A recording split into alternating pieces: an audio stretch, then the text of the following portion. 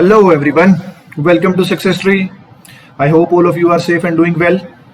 So here I am with my second video on Indian polity revision through MCQs. जैसे कि आपने पिछली video में भी देखा होगा, हम लोग चैप्टर वाइज पूरी की पूरी इंडियन पॉलिटी को रिवाइज करने वाले हैं। डेली एक चैप्टर में से जितने इंपॉर्टेंट क्वेश्चंस होंगे, जितने भी उसमें से 10-15 क्वेश्चंस जो भी इंपॉर्टेंट होंगे वो मैं आप लोगों के लिए लेके आऊंगा। और एक ये मिनी टेस्ट सीरीज आप लोगों के लिए जो शुरू की है, इसका आप लोगों को पूरा बेनिफिट लेना है।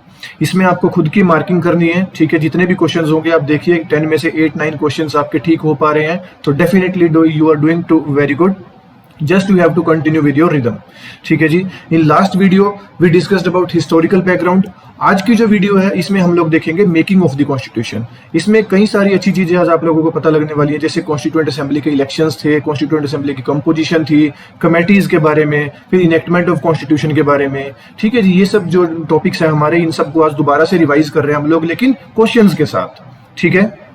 चलिए चलते हैं फर्स्ट क्वेश्चन पे।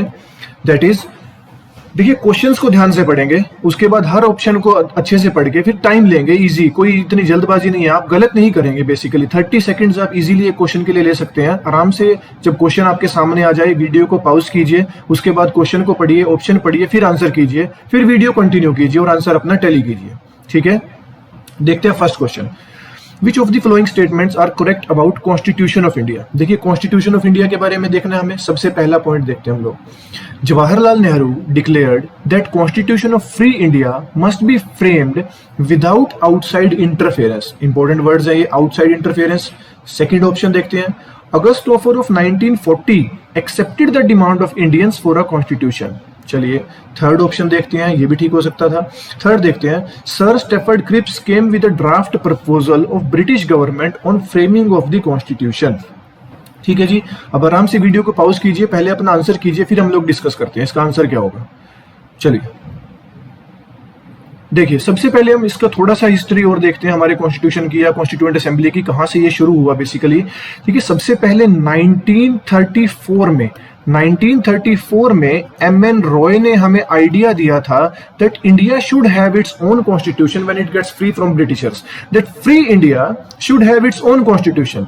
This idea was given by M N. Roy in 1934, ठीक है जी। उसके बाद सबसे पहली बार 1935 में इंडियन नेशनल कांग्रेस ने ये डिमांड रखी कि हमें अपनी कॉन्स्टिट्यूएंट असेंबली बनाने का अधिकार दिया जाए, ठीक है जी। उसके बाद 1938 में जवाहरलाल नेहरू ने कहा कि इंडिया को भी अपना कॉन्स्टिट्यूशन बनाने दिया जाए without the interference of, without any outside interference, ठीक है जी। तो ये जो डिमांड जवाहरलाल नेहरू जी ने रखी थी, ये रखी थी कब? 1938 में, that India should be given power to constitute its own constitution without any outside interference. Clear है? तो ये ऑप्शन क्या हुआ हमारा? बिल्कुल ठीक हुआ। उसके बाद ये जो डिमांड थी ना, इसको एक्सेप्ट किस में किया गया था? अगस्त ऑफर ऑफ 1940 में, जिसमें ब्रिटिशर्स ने एक्सेप्ट कर लिया कि ठीक है, इंडिया जो है वो अपना कॉन्स्टिट्यूशन बना सकता है। फिर इसी को लेकर इन्होंने क्रिप्स मिशन भेजा इंडिया में, कब? 1942 में, ठीक है जी। 1942 में सर स्टेफर्ड क्रिप्स इंडिया में एक ड्राफ्ट प्रपोजल लेकर आए कि आप अपना कॉन्स्टिट्यूशन तैयार कर सकते हैं आफ्टर वर्ल्ड वॉर 2, लेकिन उसमें कुछ इश्यूज थे जिनको हम बाद में डिस्कस करेंगे, ठीक है जी। तो यहां पर हम देख रहे हैं कि फर्स्ट ऑप्शन भी ठीक है, सेकंड भी ठीक है और थर्ड भी ठीक है। तो इस क्वेश्चन का हमारा आंसर क्या होगा? फर्स्ट का D, that is all of the above. Clear है जी। ऐसे ही हर क्वेश्चन में जो भी इंपॉर्टेंट इन्फो है आप लोग अपने साथ कॉपी पेन रखिए और उसको नोट डाउन करते चलिए।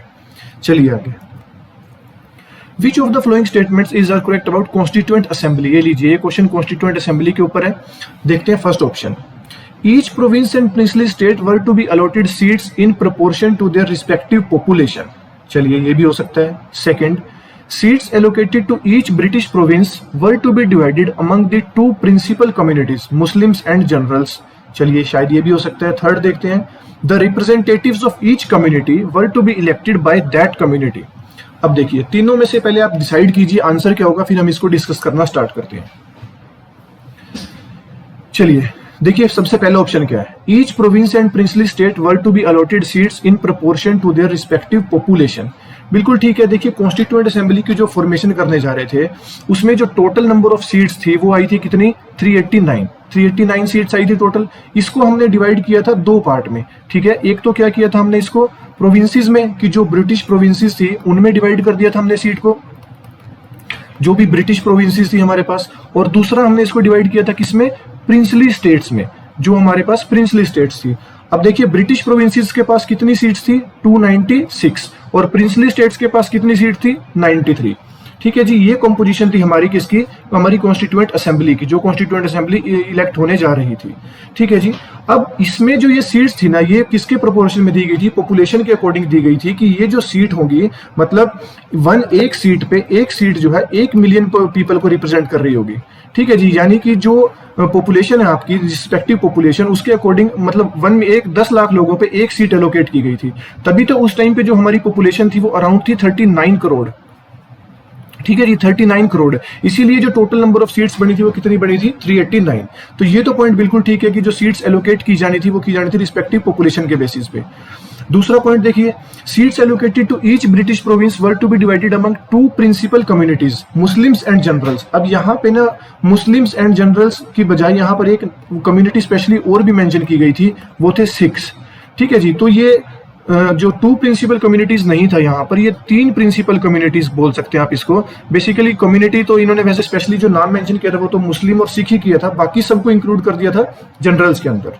ठीक है जी, तो ये ऑप्शन क्या होगा आपका, गलत हो गया। Third, the representative of each community were to be elected by that community. अब देखिए दैट कम्युनिटी का मतलब क्या है, ये जो ब्रिटिश प्रोविंसेस की लेजिस्लेटिव असेंबली थी, इन ब्रिटिश प्रोविंसेस की जो लेजिस्लेटिव असेंबली थी, जो खुद भी एक नॉमिनेटेड वही हुआ करते थे, नॉमिनेटेड पर्सन ही थे, उनको इलेक्ट करने थे क्या, अपनी अपनी कम्युनिटी के मेंबर्स। अब जैसे ये जो लेजिस्लेटिव असेंबली थी, ये किसके बेसिस पे इलेक्ट की गई थी, हमने लास्ट वीडियो में भी देखा था, पैक्ट के बेसिस पे। मतलब जिसके पास प्रॉपर्टी है, जो एजुकेटेड है या जो टैक्स पे करता है, वही इस लेजिस्लेटिव असेंबली में जाता था। अब इसमें जिस कम्युनिटी के जितने मेंबर्स हैं वो अपनी अपनी कम्युनिटी के मेंबर्स को ही इलेक्ट करेंगे। फॉर एग्जांपल मान लीजिए इसके अंदर 15 मुस्लिम्स हैं, तो वो 15 मुस्लिम्स अपने अपने रिप्रेजेंटेटिव्स को चुनेंगे। ठीक है जी, वो अपने अपने रिप्रेजेंटेटिव्स को क्या करेंगे, इलेक्ट करेंगे, इलेक्टेड बाय दैट कम्युनिटी। तो ये मतलब हुआ कि जो लेजिस्लेटिव असेंबली के जो मेंबर्स थे वो अपने अपने रिप्रेजेंटेटिव्स को खुद चुन रहे थे, अपनी अपनी कम्युनिटी के। क्लियर है जी, तो ये ऑप्शन क्या आपका ठीक है। तो हमारा फर्स्ट ऑप्शन भी ठीक है, थर्ड ऑप्शन भी ठीक है, तो आंसर क्या हुआ आपका बी। ठीक है जी, चलिए चलते हैं नेक्स्ट क्वेश्चन पे। अब देखिए, which of the statements are correct about election of constituent assembly. अभी हमने थोड़ा सा इसको डिस्कस भी किया है, फिर से हम लोग देखने जा रहे हैं। देखिए, constituent assembly was to be an elected body, चलिए इसको डिस्कस करेंगे अभी। फिर constituent assembly was directly elected by the people of India on the basis of adult franchise. फिर थर्ड है, assembly comprised representatives of all sections of Indian society, that is Hindu, Muslim, Sikh, Parsis, Anglo Indians, Indian Christians, एससीज, STs including women. जल्दी से answer बताइए क्या होगा, फिर हम लोग इसको डिस्कस करते हैं। देखिए, अभी हमने जो एक फ्लो चार्ट ड्रॉ किया था कि जो टोटल नंबर ऑफ सीट्स थी 389, उसमें से क्या ब्रेकअप किया गया था, 296 तो दे दी गई थी किसको, ब्रिटिश प्रोविंसेस को, और 93 सीट्स किसको दे दी गई थी, प्रिंसली स्टेट्स को। अब ये जो 296 थे, ये तो थे इलेक्टेड मेंबर्स, इनको भी हम पार्टली इलेक्टेड बोल सकते हैं क्योंकि इनको कौन इलेक्ट कर रहे थे, मेंबर्स ऑफ लेजिस्लेटिव असेंबली। और ये जो 93 मेंबर्स थे प्रिंसली स्टेट्स के, ये थे नॉमिनेटेड मेंबर्स, जो हेड ऑफ द जो प्रिंस स्टेट होता था वो इनको नॉमिनेट करेगा। तो क्या हम बोल सकते हैं कि कॉन्स्टिट्यूएंट असेंबली कंप्लीटली एक इलेक्टेड बॉडी थी? No, rather it was partially elected and partially nominated body. ठीक है जी, पार्टली इलेक्टेड और पार्टली नॉमिनेटेड बॉडी थी कौन सी, क्या हमारी कॉन्स्टिट्यूएंट असेंबली। ठीक है, फिर कॉन्स्टिट्यूएंट असेंबली को directly elected by the people of India on the basis of adult franchise. देखिए, एडल्ट फ्रेंचाइज को तो उन्होंने चलने नहीं दिया, मतलब 18 साल से ऊपर के लोगों को तो वोटिंग का कोई अधिकार ही नहीं दिया। वोट तो डायरेक्टली तो इलेक्ट किसी ने किया ही नहीं। यहाँ पे जो 296 थे, इनको किसने इलेक्ट कर लिया, लेजिस्लेटिव असेंबली के मेंबर्स को। उसके बाद 93 जो थे, इनको किसने नॉमिनेट, ये नॉमिनेट कर दिए गए हेड ऑफ द स्टेट के द्वारा। ठीक है जी, अब देखिए ये जो 296 है ना, इनका भी आगे ब्रेकअप था, ये भी आप देख लीजिए। ये 296 किस तरह से ब्रेक किए गए थे, 292 प्लस 4, 292 प्लस 4। ये जो 4 मेंबर्स थे ना, ये कहां से आने थे, जो हाई कमिश्नरीज थी इनकी। ये 4 मेंबर्स आने थे कहां से, हाई कमिश्नरीज से। देखिए 4 हाई कमिश्नरीज थी इनकी, कौन कौन सी, दिल्ली, अजमेर, कुर्ग और ब्रिटिश बलूचिस्तान। ये 4 हाई कमिश्नरीज थी जहां से ये 4 मेंबर्स जो थे वो इलेक्ट होकर आने थे। बाकी जो 292 मेंबर्स थे, ये वाले 292 मेंबर्स, ये कहां से इलेक्ट होने थे, ब्रिटिश प्रोविंसेस से, जो इनके ब्रिटिश प्रोविंसेस हुआ करते थे। ठीक है जी, ये कंप्लीट ब्रेकअप था इसका, हमारी कॉन्स्टिट्यूएंट असेंबली का। तो ये सेकंड पॉइंट क्या हुआ आपका, डायरेक्टली इलेक्टेड वाला, ये तो पॉइंट आपका गलत हुआ बिल्कुल। ये इलेक्टेड बॉडी वाला ये पॉइंट भी गलत हो गया ऑप्शन आपका। थर्ड ऑप्शन देखिए, assembly comprised representatives of all sections of Indian society. हाँ, ये इन्होंने जरूर किया था कि सारी की सारी इंडियन सोसाइटी के जितने भी हमारे कम्युनिटीज आ रही हैं उसके अंदर वो सबको इन्होंने इंक्लूड किया था कॉन्स्टिट्यूएंट असेंबली का पार्ट बनने के लिए। तो हमारा आंसर का होगा थर्ड का D, that is only 3 option is correct, all the other options are wrong. चलिए आगे, consider the following statements about first meeting of constituent assembly. जो फर्स्ट मीटिंग हुई थी कॉन्स्टिट्यूएंट असेंबली की, हाँ जी कब हुई थी, जल्दी से कमेंट सेक्शन में लिख के बताइए कि कॉन्स्टिट्यूएंट असेंबली की फर्स्ट मीटिंग कब हुई थी। ठीक है जी, हम ऑप्शंस देखते हैं एक बार। Doctor Sachidanand Sinha was elected as temporary president of the assembly. The Muslim League boycotted the meeting. H.C. Mukherjee was elected as vice president of assembly. Take your time, take 30 seconds and answer this question. Then we will start discussing. देखिए, हाँ comment section में ये जरूर बताएंगे आप कि कब हुई थी first meeting of constituent assembly. ठीक है जी, तब तक हम शुरू करते हैं इस क्वेश्चन को डिस्कस करना। Doctor Sachidanand Sinha was elected as the temporary president. देखिए, जब फर्स्ट मीटिंग हुई थी तो he was the senior most member और the oldest member of that whole constituent assembly, so he was elected as the temporary president of the constituent assembly. It is definite that the Muslim League boycotted the meeting. ये तो क्या demand कर रहे थे, क्या separate constitution की, हमें तो अलग डोमिनियन बनाया जाए और हम अपना क्या करेंगे, सेपरेट कॉन्स्टिट्यूशन बनाएंगे। ठीक है जी, ये ऑप्शन मुस्लिम लीग ने बॉयकॉट किया, ये भी बिल्कुल ठीक है। सचिदानंद सिन्हा, ये ऑप्शन भी ठीक हो गया आपका। फिर H.C. Mukherjee was elected as vice president of assembly. देखिए, ये ऑप्शन तो ठीक है, लेकिन सिर्फ H.C. मुखर्जी अकेले वाइस प्रेसिडेंट नहीं थे, हमारी कॉन्स्टिट्यूएंट असेंबली के 2 वाइस प्रेसिडेंट थे। ठीक है जी, एक तो आपने देख लिया नाम H.C. मुखर्जी, और दूसरे हमारे जो वाइस प्रेसिडेंट थे वो कौन थे, वीटी कृष्णामाचारी, वीटी कृष्णामाचारी। ठीक है जी, ये 2 वाइस प्रेसिडेंट थे हमारे कॉन्स्टिट्यूएंट असेंबली के। तो इसलिए हमारा आंसर क्या ठीक हुआ, A answer, that is 1, 2 and 3 सभी के सभी ऑप्शंस क्या है, बिल्कुल यहां पर ठीक है। चलिए, Whom of the following moved the objective resolution on 13 दिसंबर 1946? अब ये तो बोनस क्वेश्चन है आप सभी के लिए, तो बहुत इजी क्वेश्चन आ गया। जिनके जो भी मार्किंग में लैग कर रहे हैं थोड़ा बच्चे, वो इस क्वेश्चन से थोड़ा आगे आएंगे। ठीक है, देखिए इसका आंसर पहले ही आप लोगों को पता होना चाहिए कि जवाहरलाल नेहरू। ऑब्जेक्टिव रेजोल्यूशन कौन लेके आया था जी, जवाहरलाल नेहरू। अच्छा देखिए, ऑब्जेक्टिव रेजोल्यूशन ये लेके आए थे 13 दिसंबर 1946 को, और ये ऑब्जेक्टिव रेजोल्यूशन पास कब किया गया था, ये पास किया गया था 22 जैन 1947 को। ठीक है जी, ऑब्जेक्टिव रेजोल्यूशन जो था हमारा वो 22 जनवरी 1947 को हमने पास कर दिया था, जिसको हमने बाद में कॉन्स्टिट्यूशन में जब रखा था तो इसको क्या नाम दिया था हमने, प्रीएम्बल। ठीक है जी, ये क्या बना था हमारा, प्रीएम्बल। क्लियर है, इस क्वेश्चन में ज्यादा कुछ नहीं है आपके पास। चलिए चलते आगे। Consider the following statement. देखिए, ये भी अच्छा क्वेश्चन है क्योंकि यहां पर फिर से हम लोग क्या पढ़ने वाले हैं, कंपोजिशन ऑफ कॉन्स्टिट्यूएंट असेंबली। देखिए, representatives were to be elected from the constituents Hindu, Muslim, Sikh and Christian. ये पॉइंट हम लोग डिस्कस कर चुके हैं पहले। ये 2 कम्युनिटीज तो मेंशन की गई थी, मुस्लिम और सिख, लेकिन हिंदू और क्रिश्चियन कहीं पर भी मेंशन नहीं किए गए थे। सेकंड ऑप्शन देखते हैं, the chairman of the union constitution committee was Sardar Vallabh Bhai Patel. हो सकता है। चलिए हम थर्ड ऑप्शन देखते हैं, total strength of constituent assembly was 389। ये हम डिस्कस कर चुके हैं। The drafting committee under the chairmanship of doctor B.R. Ambedkar consisted of 8 members. अब अगर आप लोगों ने पढ़ा ध्यान से तो आपको ये सब ऑप्शंस में दिक्कत नहीं आनी चाहिए कुछ भी। ठीक है जी, जल्दी से आंसर कीजिए क्वेश्चन का। देखिए, the representatives were to be elected from the 4 constituents Hindu, Muslim, Sikh and Christians. ये हमने पहले बताया, मैंने आपको मुस्लिम मेंशन थे, सिख मेंशन थे, और जो थर्ड मेंशन थे वो थे जनरल्स। ठीक है जी, ना तो वहां पर हिंदू मेंशन किया गया था और ना ही वहां पर क्रिश्चियन मेंशन किया गया था, वो था जनरल। बाकी सबको किसमें इंक्लूड कर दिया था, जनरल्स में। ठीक है, the chairman of union constitution committee वो सरदार वल्लभ भाई पटेल। अब देखिए, सरदार वल्लभ भाई पटेल हो सकता है आपके माइंड में आ रहा हो, लेकिन ये एक बात और ध्यान रखिए कि यूनियन कॉन्स्टिट्यूशन कमेटी यानी यूनियन से रिलेटेड जितना भी काम था वो सारे का सारा काम कौन देख रहे थे, जवाहरलाल नेहरू। चाहे वो यूनियन पावर कमेटी हो या वो यूनियन कॉन्स्टिट्यूशन कमेटी हो, जो 2 बड़ी कमेटीज थी, दोनों के प्रेसिडेंट कौन थे, जवाहरलाल नेहरू। सरदार वल्लभ भाई पटेल जो थे ये प्रोविंशियल कॉन्स्टिट्यूशनल कमेटी के चेयरमैन थे। ठीक है जी, सरदार वल्लभ भाई पटेल कौन सी कमेटी के चेयरमैन थे, ये थे प्रोविंशियल कॉन्स्टिट्यूशनल कमेटी के चेयरमैन थे ये। ठीक है जी, फिर टोटल स्ट्रेंथ कॉन्स्टिट्यूएंट असेंबली की कितनी थी, 389 when it was initially selected. Then the drafting committee under the chairmanship of doctor B.R. Ambedkar, यानी कि ड्राफ्टिंग कमेटी के हेड कौन हुए, doctor B.R. Ambedkar, consisted of 8 members. देखिए, ये ऑप्शन भी गलत है आपका, इसमें 8 मेंबर्स नहीं थे, कितने मेंबर्स थे, 7 मेंबर्स। ठीक है जी। The drafting committee under the chairmanship of doctor B R Ambedkar consisted of 7 members, और इन 7 member including doctor B R Ambedkar, और फिर 2 मेंबर्स इनमें से रिप्लेस भी हुए थे, एक की डेथ हो गई थी और दूसरे इल थे जिन्होंने रिजाइन कर दिया था, तो 2 मेंबर्स को रिप्लेस भी करना पड़ा था। तो यहां पर देखिए फर्स्ट ऑप्शन भी गलत हो गया आपका, सेकंड ऑप्शन भी गलत हो गया, थर्ड ऑप्शन करेक्ट है। तो आंसर क्या हुआ आपका 6th का C answer is your right answer. चलिए आगे, what was the procedure followed for adoption of constitution of India. अब देखिए इसमें कॉन्स्टिट्यूशन ऑफ इंडिया को लेकर क्या प्रोसीजर फॉलो किया गया था। Was it submitted to the people of India for ratification, हो सकता है।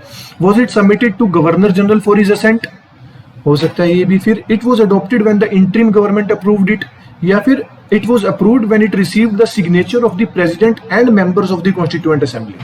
यू हैव टू आंसर, जल्दी से आंसर कीजिए क्वेश्चन का, फिर हम लोग डिस्कस करते हैं इन पॉइंट्स को। देखिए ये जो पॉइंट है ना, it was submitted to the people of India for ratification, actually ऐसा हुआ तो था, लेकिन हमने कॉन्स्टिट्यूशन को नहीं दिया था रेटिफिकेशन के लिए। जब सबसे पहला ड्राफ्ट तैयार किया था हमने फरवरी 1948 में, इसको भेजा गया था पब्लिक के पास कि आप इसको एक बार चेक कीजिए, एनालाइज कीजिए, जो भी इसके अंदर आपको अमेंडमेंट्स चाहिए, जो भी आपको चेंज चाहिए वो हमें बताइए, उसको फिर वो लिया जाएगा उसमें। ठीक है डॉक्टर, देखिए यहां से एक बात और देखिए, आप पीपल ऑफ इंडिया के पास भेजा गया था रेटिफिकेशन के लिए फरवरी 1948 में। इसको टाइम पीरियड दिया गया था कितना, 8 मंथ्स का, कि 8 महीने का टाइम है, लेकिन बहुत जल्दी इनके पास ये वापस आ गया था और फिर से इसको दोबारा इन्होंने जो था वो ड्राफ्ट तैयार करके फिर से क्या किया, इसको अक्टूबर 1948 में फिर से इसका ड्राफ्ट जो था वो तैयार किया कि चलिए हमने जो अमेंडमेंट्स थी जो जरूरी थी उनको कंसीडर किया है, और सेकंड ड्राफ्ट को ये दोबारा से लेके आ गए 6 महीने के अंदर ही, अक्टूबर 1948 में। ठीक है जी, चलिए आगे देखिए, ड्राफ्टिंग कमेटी के हेड कौन थे, अभी हमने पढ़ा पीछे, doctor Bhimrao Ambedkar, doctor B R Ambedkar जो थे वो, जिनको हम फादर ऑफ इंडियन कॉन्स्टिट्यूशन के नाम से भी जानते हैं, या फिर उनको हम मॉडर्न मनु भी बोलते हैं। ठीक है जी, तो वो थे, उन्होंने ही इसका ड्राफ्ट तैयार किया था हमारे कॉन्स्टिट्यूशन का। चलिए, it was submitted to the governor general for his assent, नहीं, गवर्नर जनरल का कोई रोल नहीं था। It was adopted when the interim government approved it, नहीं, इंटरिम गवर्नमेंट भी नहीं, काम सारा कॉन्स्टिट्यूएंट असेंबली कर रही थी। ठीक है जी, अब लास्ट ऑप्शन देखिए, it was adopted when it received the signature of the president and members of the constituent assembly. हाँ जी बिल्कुल, जब डॉक्टर भीमराव अम्बेडकर ने मोशन पास किया था कि द कॉन्स्टिट्यूएंट जो कॉन्स्टिट्यूशन है इसको पास किया जाए, तो फाइनली जब 26 नवंबर 1949 को पूरी की पूरी जो हमारी कॉन्स्टिट्यूएंट असेंबली थी उन्होंने इसको साइन किया था। देखिए उस दिन सारे के सारे मेंबर्स प्रेजेंट नहीं थे, 284 मेंबर्स प्रेजेंट थे आउट ऑफ 299, क्योंकि पार्टीशन के बाद हमारे पास इतने मेंबर्स बचे थे, तो उसमें से भी 284 मेंबर्स तो उस दिन प्रेजेंट थे जिन्होंने इसको साइन किया था और फिर इसको पास कर दिया गया था 26 नवंबर 1949 को। इसीलिए हम इसको क्या बोलते हैं, डेट ऑफ इनेक्टमेंट, कि इस दिन हमारा जो कॉन्स्टिट्यूशन है वो इनेक्ट कर दिया गया था, और इसके कुछ सर्टेन प्रोविजंस भी हमने चला दिए थे, जैसे इलेक्शन हुआ, सिटीजनशिप हुआ। ठीक है, ऐसे कुछ प्रोविजंस भी हमने इसके क्या कर दिए थे, लागू कर दिए थे। क्लियर है जी, चलिए आगे। Who among the following was the chairman of the States Committee of the Constituent Assembly? देखिए, डॉक्टर भीमराव अंबेडकर, अभी हमने बात की, ये तो ड्राफ्टिंग कमेटी के चेयरमैन थे, ड्राफ्टिंग कमेटी के। ठीक है जी, उसके बाद जवाहरलाल नेहरू की अभी हमने बात की, ये यूनियन पावर कमेटी के थे, यूनियन कॉन्स्टिट्यूशन कमेटी के थे। ठीक है जी, क्या ये हो सकते हैं स्टेट्स कमेटी के, ऐसा भी हो सकता है। डॉक्टर राजेंद्र प्रसाद, इनका हमें पता है ये रूल ऑफ प्रोसीजर कमेटी के चेयरमैन थे और स्टीयरिंग कमेटी के चेयरमैन थे। सरदार पटेल, ये क्या थे, प्रोविंशियल कॉन्स्टिट्यूशन कमेटी के चेयरमैन थे। तो फिर state committee of constituent assembly का चेयरमैन कौन था, देखिए ये भी आपके जवाहरलाल नेहरू ही थे। ये स्टेट कमेटी बनाई गई थी basically to negotiate with the states, की जितनी भी स्टेट्स हैं उनके साथ जो भी टर्म्स एंड कंडीशन सेटिस्फाई हो रही है, तो स्टेट्स कमेटी के जो चेयरमैन थे वो भी कौन थे, आपके जवाहरलाल नेहरू। ठीक है जी, तो B is your right answer.